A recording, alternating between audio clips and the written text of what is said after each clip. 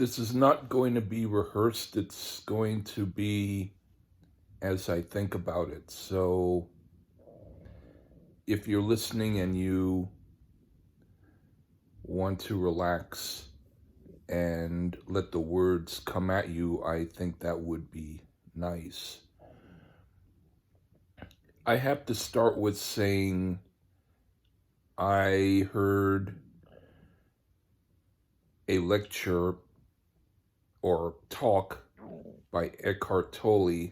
I've heard a few, but on this one he mentioned something that I think is key and important, and that's our brains are really receptors towards the energy that is around us. And it's not as though I didn't know that, but when I heard him say it, it was like confirming something that I thought was so, but it helped to hear someone else say it. And so from there, I'm going to talk about things as I think of them. And if you don't get it upon the first listen, you can hear it again. I'm pausing sometimes with my talking, partly because I'm thinking of what I'm talking about, and partly because my throat and my mouth right now has an issue where I have to keep swallowing. And so that is why I am not talking in a consistently quick way. But I'm mentioning it because it's a part of the reality of what I'm about at the moment. It's my physical body. It's not that mentally I want to do that, but physically I'm going through something where I have to sometimes swallow. And that's going to be another part of what I'm talking about. I'll mention that quickly. The things that we go through on a physical level, like coughing, which I just did, and that was not planned. We go through those things because that's a part of going through life. So if you want to go somewhere and you have a direct goal to get to a certain place, but you're in your car and there's a traffic jam and something's keeping you from getting there, you could think, oh, my day's ruined because my goal of getting to the place isn't going to happen when I want it to happen because my car's in a traffic jam. You can either say that, or you can say that life continues how it continues. And sometimes we can control certain things by focusing on what we want to do and making it happen. And other times, other things happen. That's because other people or other forces are also a part of life. And so I might have went on one subject and then gone on to another when I said that. but I wanted to say it first and get it out of the way. I'll begin by saying this. This is going to be where what I talk about begins officially. The way the universe has been created, the source of the universe, I don't remember exactly the official word for the life energy, so I'll call it life energy or universal energy. If I say life energy or universal energy, I'm talking about the same thing. The life energy that created the universe has its own type of consciousness, and it happened because before there was life, there was not life. And it's hard to imagine what not life is. It would be like being silent for 5 seconds, and then trying to describe in words what you just said in that silence. There really wouldn't be any way to do it. Like the word the, how do you define the word the or the word it? It's hard to do. We know what the word the means and what it means, but without anything else added to it, we can't really define it logically with words. We can only feel what it means. So the idea of the world or the universe before it became the universe, I can say that, but how can we really imagine it? All we can do is imagine it because we know that we are in the universe. So because we know we are in the universe, we know that the opposite would be nothing. But if there was no universe and all there was nothing, there would be no way to compare it. In the same way, I'll go on a little tiny tangent again. Everything that you know about from your experience or your life, let's say music or a movie or something, you can describe it because you know it. But if there's a movie that hasn't been made yet or a record that hasn't been made yet, you can't describe it yet because it doesn't exist yet. So this, I'll go back on subject. It's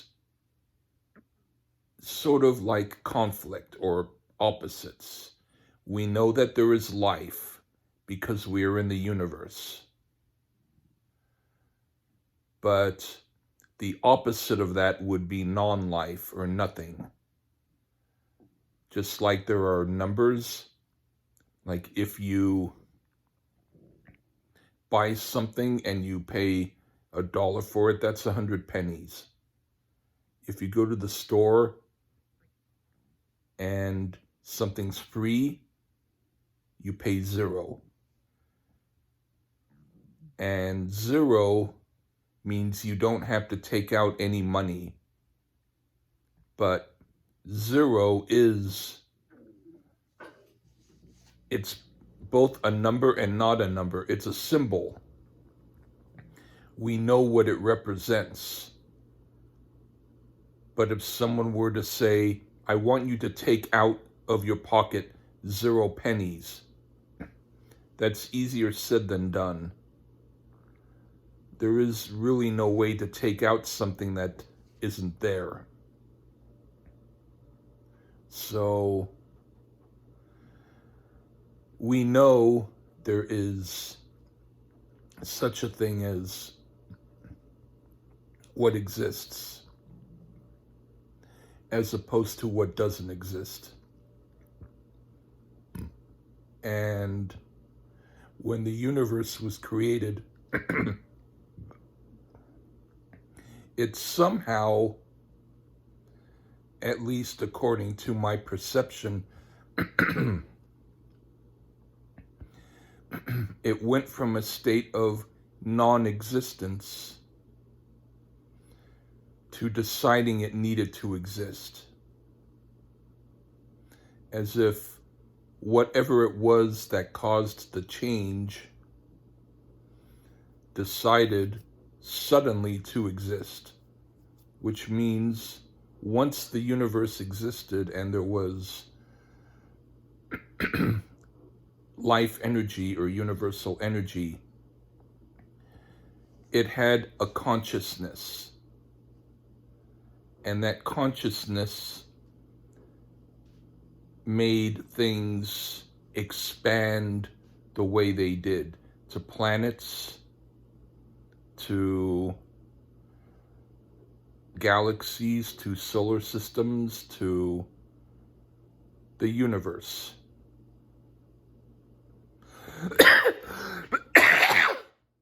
So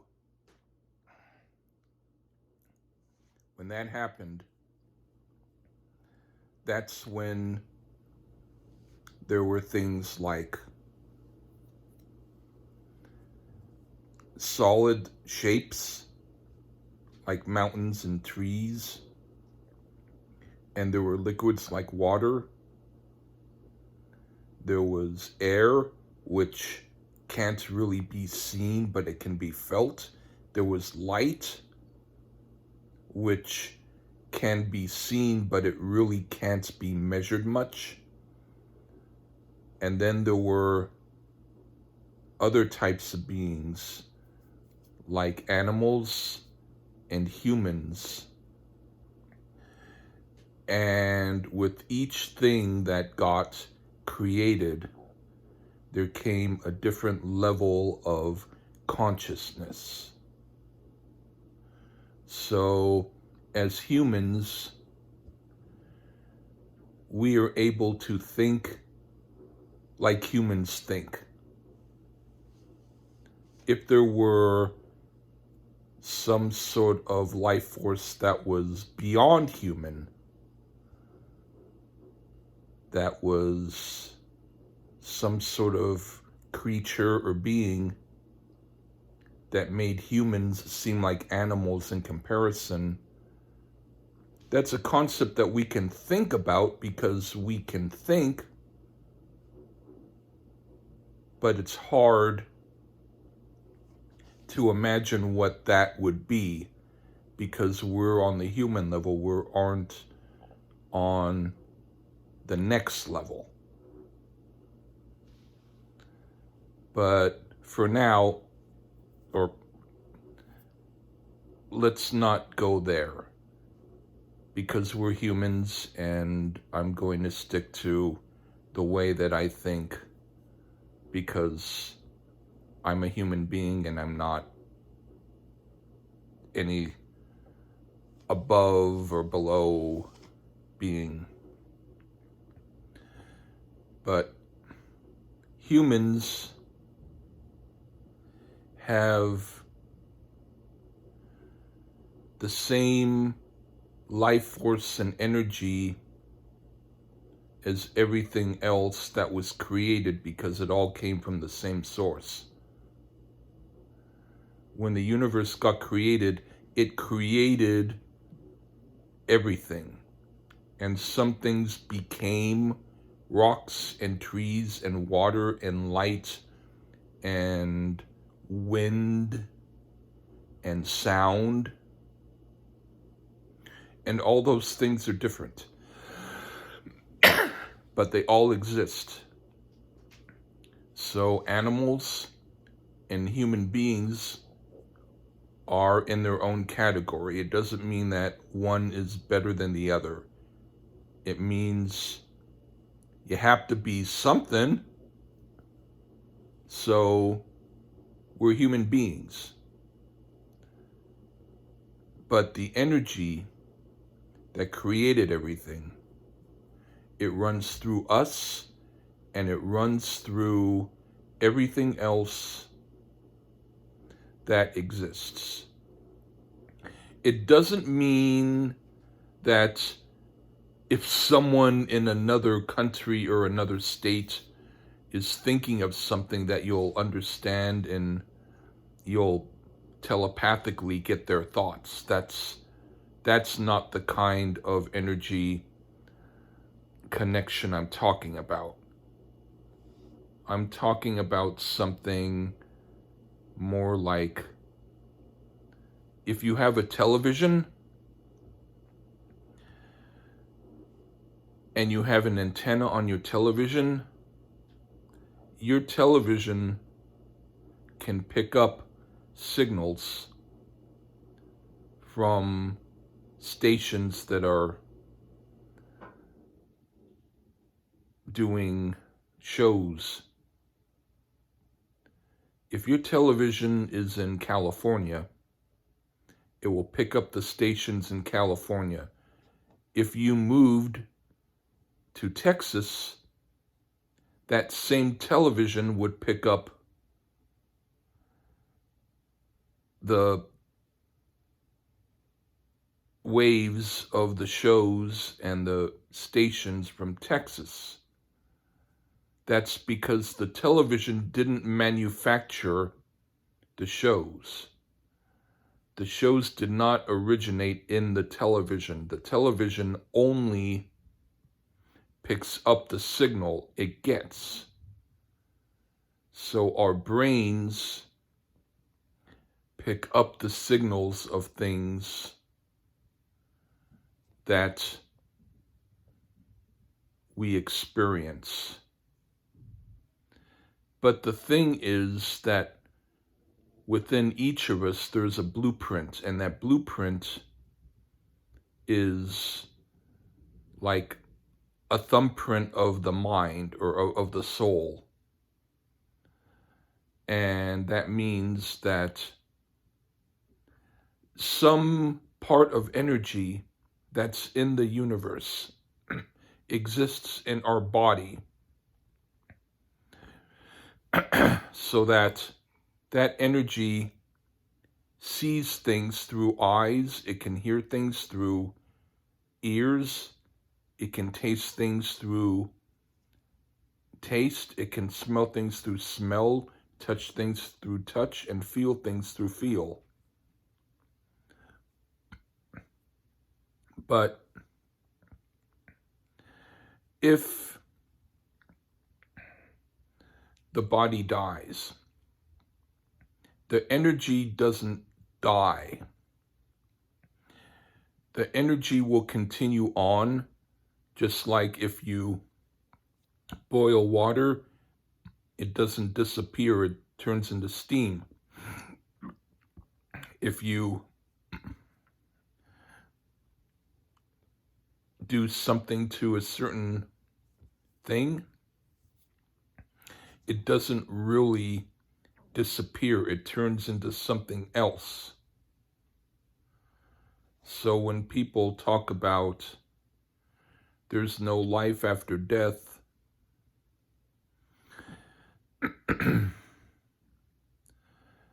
they don't understand that their whole being, their consciousness is based upon the same thing that created the universe, and it flows, and there's a part of that energy within each one of us. But otherwise, there's only a superficial me and a superficial you. We're all connected, but when we're in our bodies, we can play the game of being individual and having our own opinions and being like, hey, I'm different because I feel this way. You might think that, but it's possible that the person who you feel doesn't think that way has had thoughts like that. It's not guaranteed that that's so, but it's possible. But our souls are really life or universal energy. And because we're all connected through universal energy, it means that if you feel better in certain places where the energy makes you feel good, you might be better experiencing and venturing forth in areas, physical areas, where the energy is more to your compatibility. For example, if you're at a party and you're around a lot of people who have energy that doesn't make you feel comfortable and you don't feel good. But when you leave the party, you find another party where you feel good because the energy is good to you. That's similar to if you are allergic to food, like peanuts or chicken. So you don't eat that. If you can eat beef and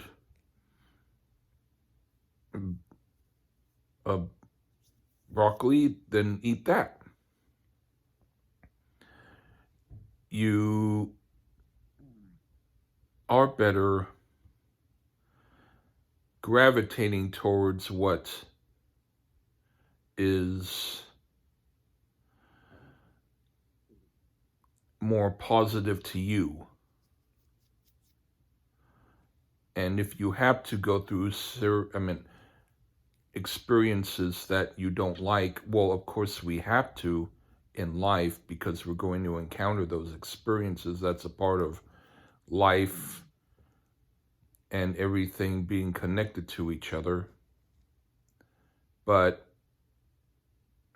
even though we can learn from those experiences, I think part of the reason why we are in individual body form as